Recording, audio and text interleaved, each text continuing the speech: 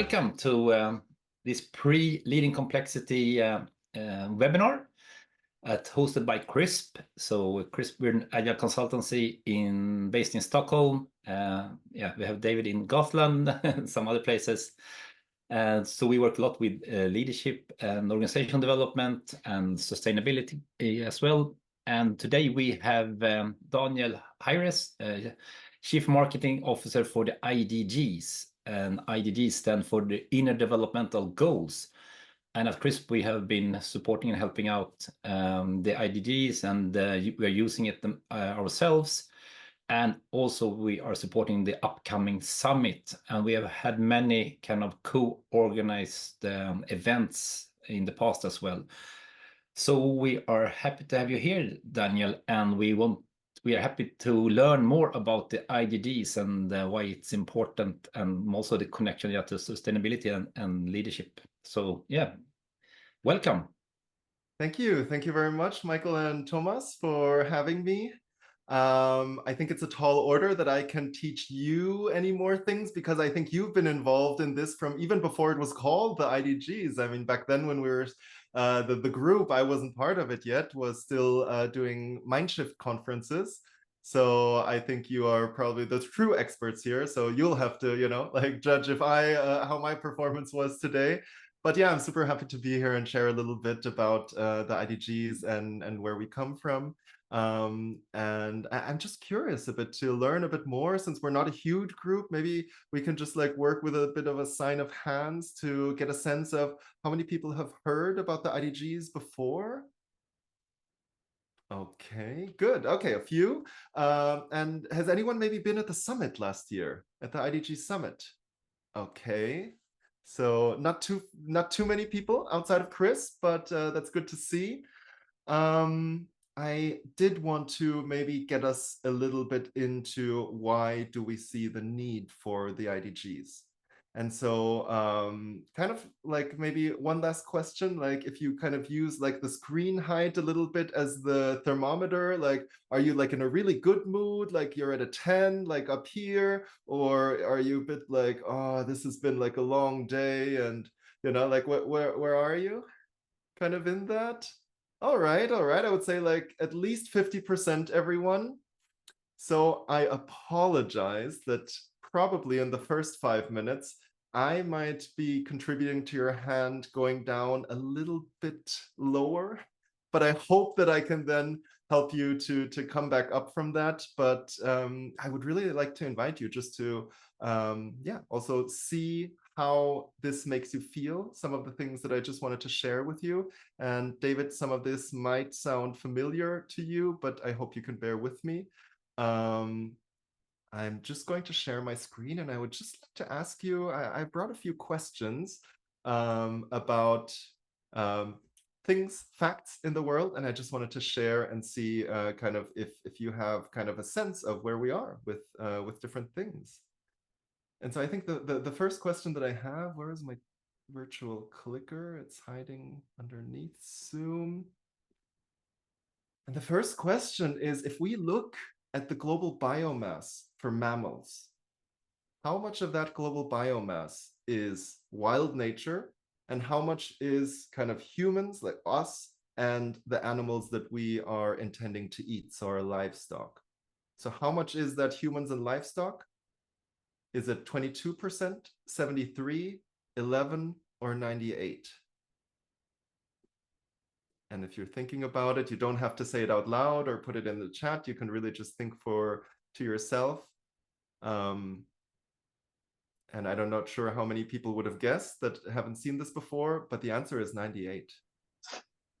We have about 2% of wildlife left, of mammals. I mean, this does not include insects, this does not include birds, but I mean, if we're looking at kind of some of the biggest species alive, it's mostly just us in the world and our livestock, the food that we want to eat. In fact, there's an even more depressing statistic that there's more tigers in Texas in captivity than there are wild in the entire rest of the world. So I don't know how that makes you feel. I can see, like, as I look into your faces, that that is leaving. The hand is going down. Yes. But I think that, to me, whenever I hear this, and I'm always shocked when I look at it, and I speak about this quite often now, it's just mind-boggling to me what an impact, an outsized impact, humanity really has on our planet. If we go to the next question, I mean, what kills more people globally? Is it terrorism, murder, war, or suicide? And the answer is actually quite clear. It is suicide. And it's actually, suicide is more than the other three combined. Yet, of course, when we look at what gets airtime, what do we talk a lot about on TV? What are so many, my partner actually likes to read Swedish crime stories, like, what are they mostly about? All of the others. And sometimes they're suicide, but this is really a big crisis that we're facing in the world. And I think this is also something that sometimes gets maybe forgotten when we're talking about sustainability, because I think in Europe, we tend to think about sustainability as a very narrow focused environmental sustainability, or even just talking about climate. But if we look at, for example, the UN SDGs, the Sustainable Development Goals, and I'll go into that a little bit more later, that we have a few crises in the world that don't seem like this is very sustainable. And so if we look at how many people are engaged in work globally, is it 15, 71, 68, or 32? And I mean, by now you're probably thinking, like, yeah, let's, choose the worst one. And well, you're right. It's 15%. It's like 1 out of 6, 1 out of 7 people are engaged, 1 out of 8 maybe. But the rest of the people are not so engaged at work, where we spend 80,000 hours of our lives, where we oftentimes feel like this is where we can have like some of the biggest impact. This is where I think we are leaving a lot of people behind. And I assume that, like, here in this circle, probably you wouldn't be here if you're not, like, at least feeling like you're part of those 15%, but there's a lot of people out there, 85%, for whom work is a very different reality at the moment. Okay, last one, I promise. And after that, we'll hopefully get into some nicer topics. But this one, I think also for me, as I have a 6-year-old daughter, hits home sometimes a bit. How many of youth globally think that humanity is doomed? And well, if you're going by the rule of the other, of pick the worst one, it really is. It is that more than half of the kids that we meet out there, globally speaking, believes that the human project is something that we can give up on, that we don't want to be a part of, and that we'd rather just be scrolling on our phones because we don't want to really feel what we're feeling here. And so as I was going through these numbers, and perhaps some of them were already known to you, perhaps some of them were new to you, I'm just kind of wondering, like, how are you feeling? Like, what are you noticing about your own reaction to this?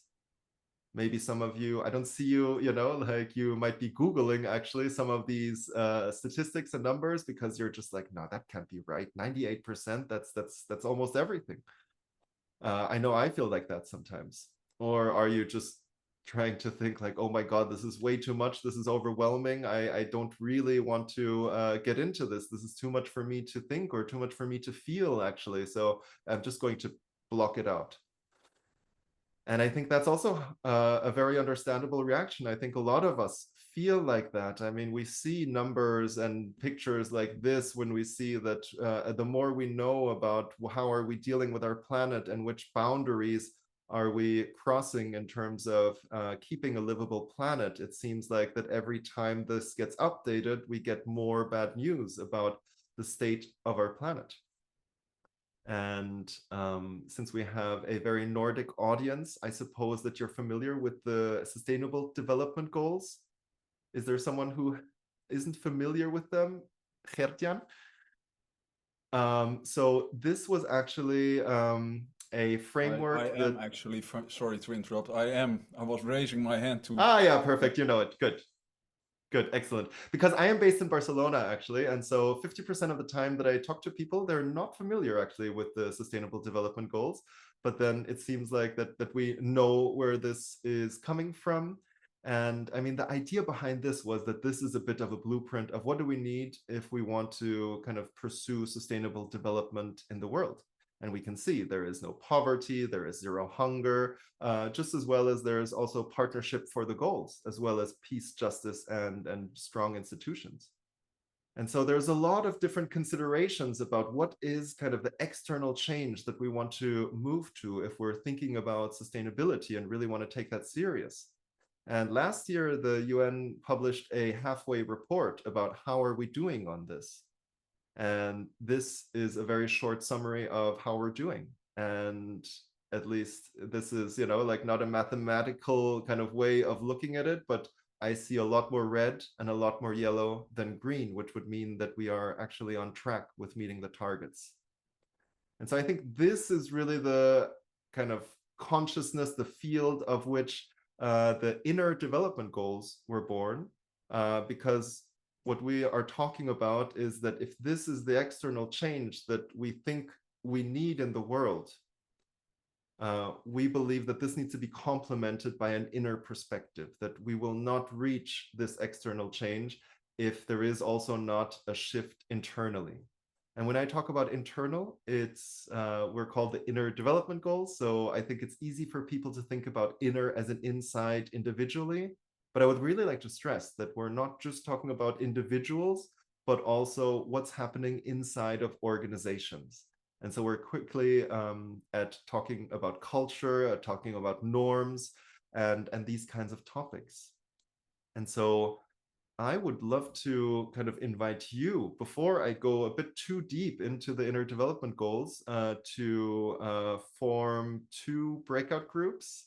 I think we'll have space for 2 and 2 people, or 2 and 3 and 3 maybe now. I see Philip joining.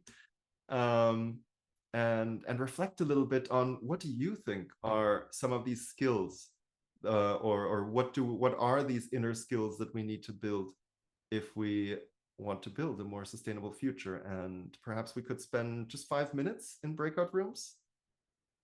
Michael, is that? Yeah, that sounds very good. I have prepared breakout rooms here with 3 to 4 participants. Excellent. Thank you very much. And so before you go off, there's one more slide I just wanted to show that is maybe like another reaction that some people have to the slides that I showed, and that is sarcastic humor. And I know that this fits, I think, with how it feels sometimes here in Barcelona. Not sure, but I heard also in Sweden, there's never been 30 degrees measured in September in Sweden, if that's correct. So yeah, I think as you keep all of this in mind that I've shared so far, I think I would be interested to then, after you come back from the breakouts, just to hear kind of any reflections that you've had on this idea of what are those inner changes that we need, both within ourselves and within our organizations and society, if we want to make these sustainable development goals. But did you have any thoughts on what on the question, Richard?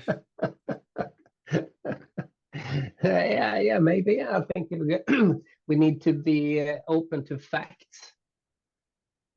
Mm-hmm. As you showed, it's one thing to be open, the openness to facts, and to be even better at listening to other people and be curious about not our own understanding of the world, and to try to broaden it, I think. Wonderful. I see everyone else is coming back as well. Welcome back. Hope you had a nice short conversation, I admit, in the breakouts, but I hope it was enough to kind of understand a little bit of where your fellow breakout roommates are with their thinking. Is there anyone who would like to share something from their conversation? Any thoughts that you have? I can share a little. Me and Ricardo talked. I think that was the name. Courage is one thing. You need courage to stand up for what you believe in. to have a bigger perspective than perhaps your project goals and stuff like that. Yeah, handling complexity, lift the site. Good, yeah. I can see it makes sense that a lot of people raised their hands already when I asked about who knows the IDGs. It seems like there's some resonance already there. Would anyone else like to just share any other thoughts they've had? Yeah, Gertjan? Yes, I would like to share. I had a nice little conversation with the woman from Switzerland. Well,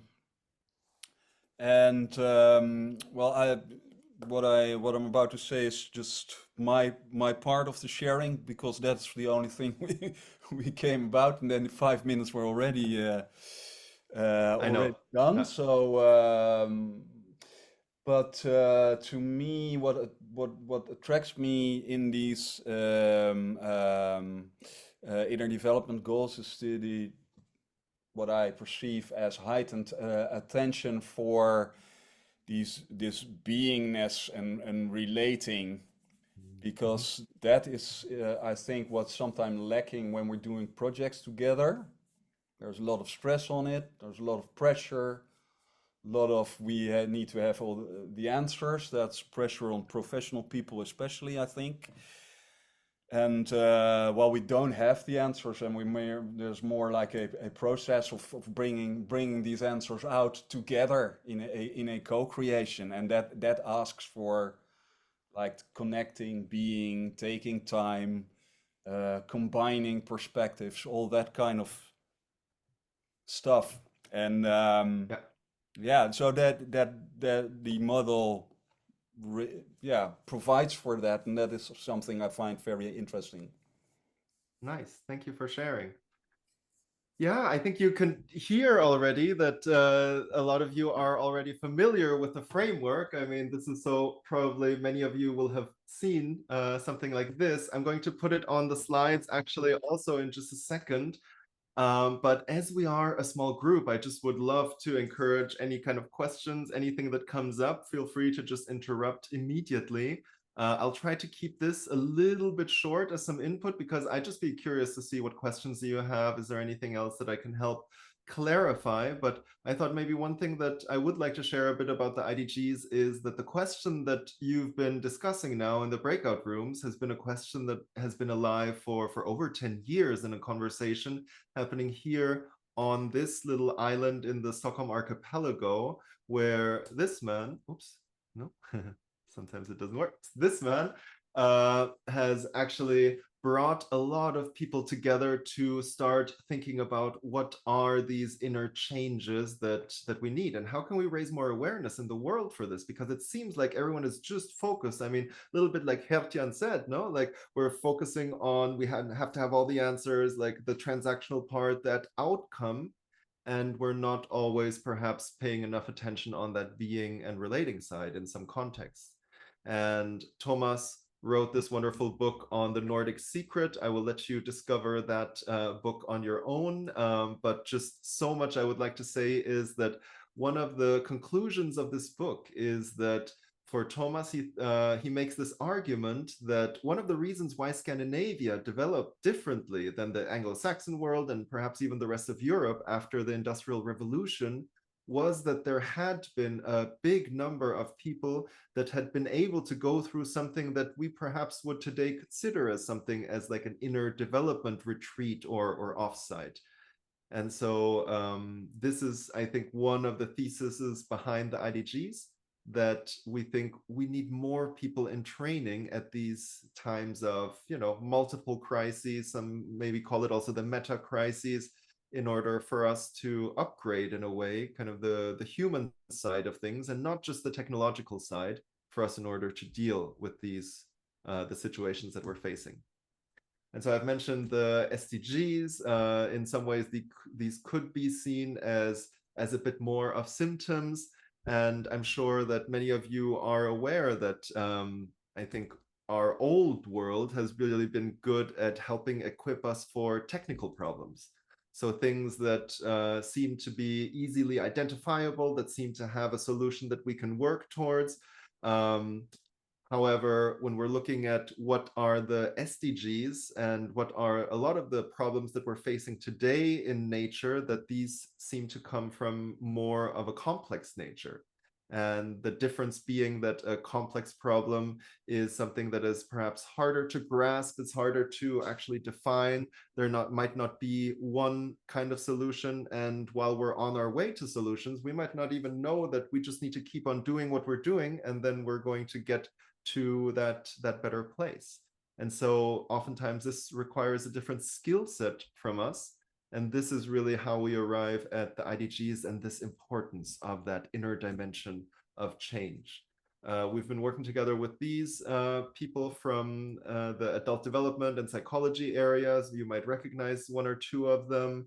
We have Amy Edmondson and Bob Keegan and Peter Senge here, Otto Scharmer as well. And we brought them all together and we said, all right, if the SDGs are kind of creating that language for the external change, for this complex field, and creating these nice little boxes that can help us communicate to each other, what are our priorities? How does that map look like for that inner change? And so then we got together and developed this survey that over 3,000 people had gotten engaged with. And one of the results of this was actually this framework that you perhaps seen, or the one that I just showed. Now you can see it in a little bit of a bigger form. And so when this kind of came out and hit the internet, so to speak, there was really people from all across the world that came to us and said, I want to be engaged with this. On the one hand, there were organizations. I mean, we're based in Sweden, so IKEA is perhaps one of the more natural partners that comes to mind. And they came to us and they were saying like, this is great. We want to work with this. How can we do that? And with them also some other companies came. We had governments like the government of Costa Rica or the government of Rwanda come and wanting to work with the IDGs in some way. And also we've had a number of hubs from all around the world that people came and said, I want to be the IDG hub in Bangkok or in Bangalore or in Brazil. And so there's been this movement of people and organizations to really bring forward the IDGs in many different places, because I think the IDGs did not invent anything new. But I think it's been a bit of a synthesis of, on the one hand, what is already happening in different places and areas around the world, combined with, I think, some wisdom that is perhaps as old as we are, that inner change is just as important as the external change.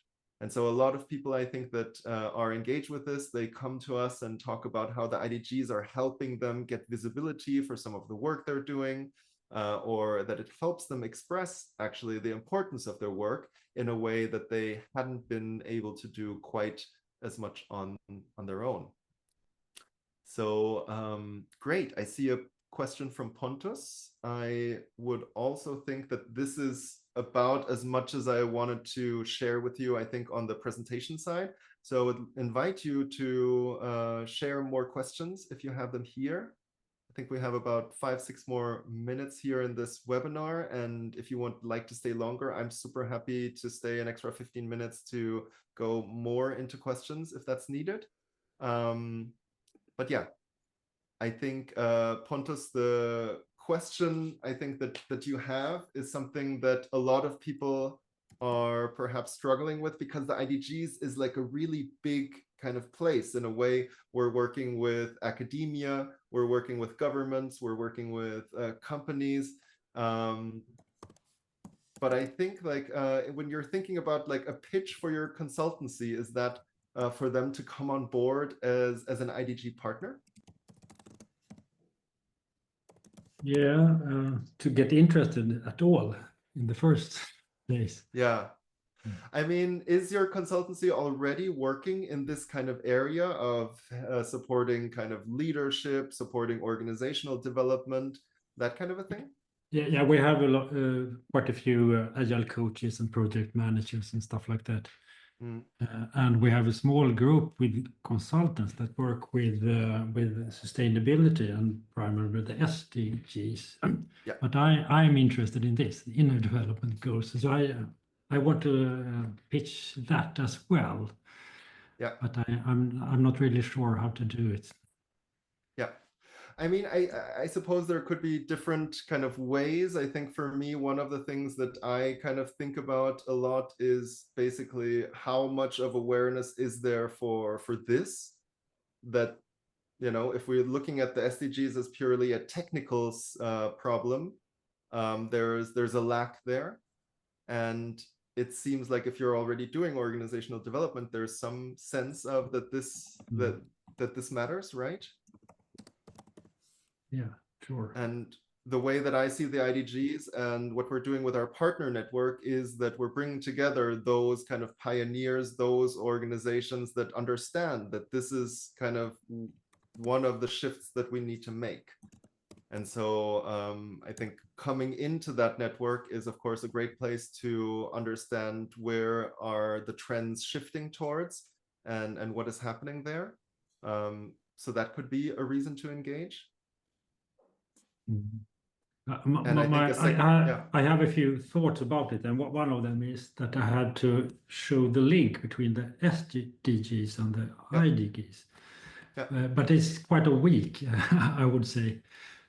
Yeah, I have to. I mean, there are researchers like Christine Wamsler that is out there doing a lot of research on how do the two interact and kind of affect each other. I think that it's probably difficult to say, you know, this IDG will impact this specific SDG, but I think it's more like the IDGs are in general supporting these kind of issues. To me, I would probably bring it also back into that it's not just about sustainability as a complex issue, but that all around, it seems like the challenges that organizations are facing are more and more of a complex nature, rather than just something that comes from the machine age, like that are complicated. And that if, you know, one way to support people to really be equipped to dealing with that, I think, is to come into this kind of learning community that we have, to understand how can we as an organization or within our organizations support this kind of mind shift. Thanks. There's 2 more questions I see. Now you need to...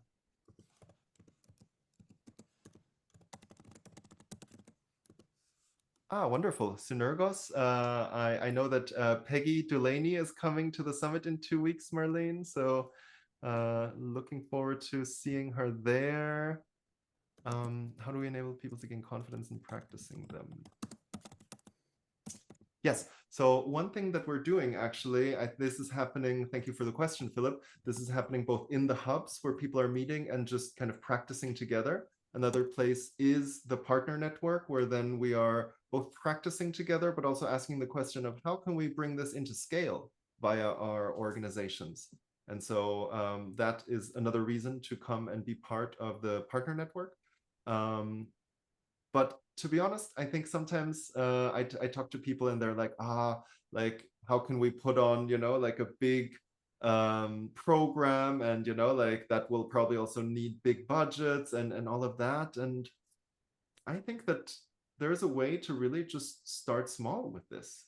And I think that it could simply be that, you know, like whoever is trying to bring this into an organization can bring in a few impulses, like, how about having, you know, a practice for, let's say, 2 weeks or 4 weeks, and just trying it on for size.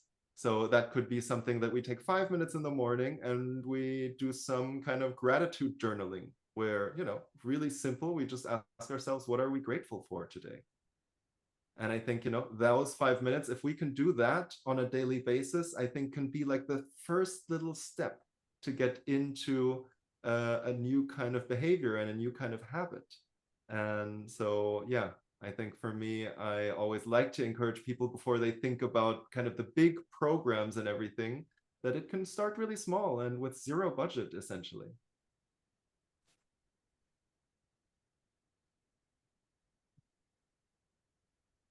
Yes, so we have actually a white paper with some case studies on our website. So I will share the link with you as soon as I find it.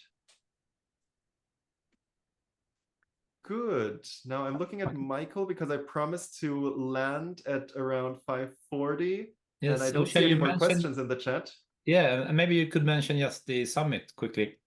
Absolutely. Thank you for the reminder, Michael. So yes, as Michael mentioned, we actually have a big event coming up. Let me just go through a couple of these slides. So this is the white paper that I'll share with you in the chat, Philip, in just a moment. But we have a summit coming up, 16th to 18th of October. So in just a few weeks, it will be in Stockholm as well as online. And it's going to be 2 days of program. And then we have a third day that is a bit more of an open space day, where we're bringing some, really experts, both from the sustainability side as well as the adult development side. I mean, for example, we'll have Jennifer Garvey-Berger that is joining. I'm just thinking of her because I had another email exchange with her. And I think this is really the place to get to know the IDG movement if you want to dive in a little bit more into that. And I am, yes, you can see the ticket link from Michael. And I am, I think that's what I wanted to share. Thanks for sharing the link, Michael. I can highly recommend it. As you say, I've been to all the summits, and even before they were called ID summits, the Mindshift conferences since the start. So I will not miss any of those. They are great, and really professional, run conferences. So, and you get to meet people from all around the world. Great. Yeah.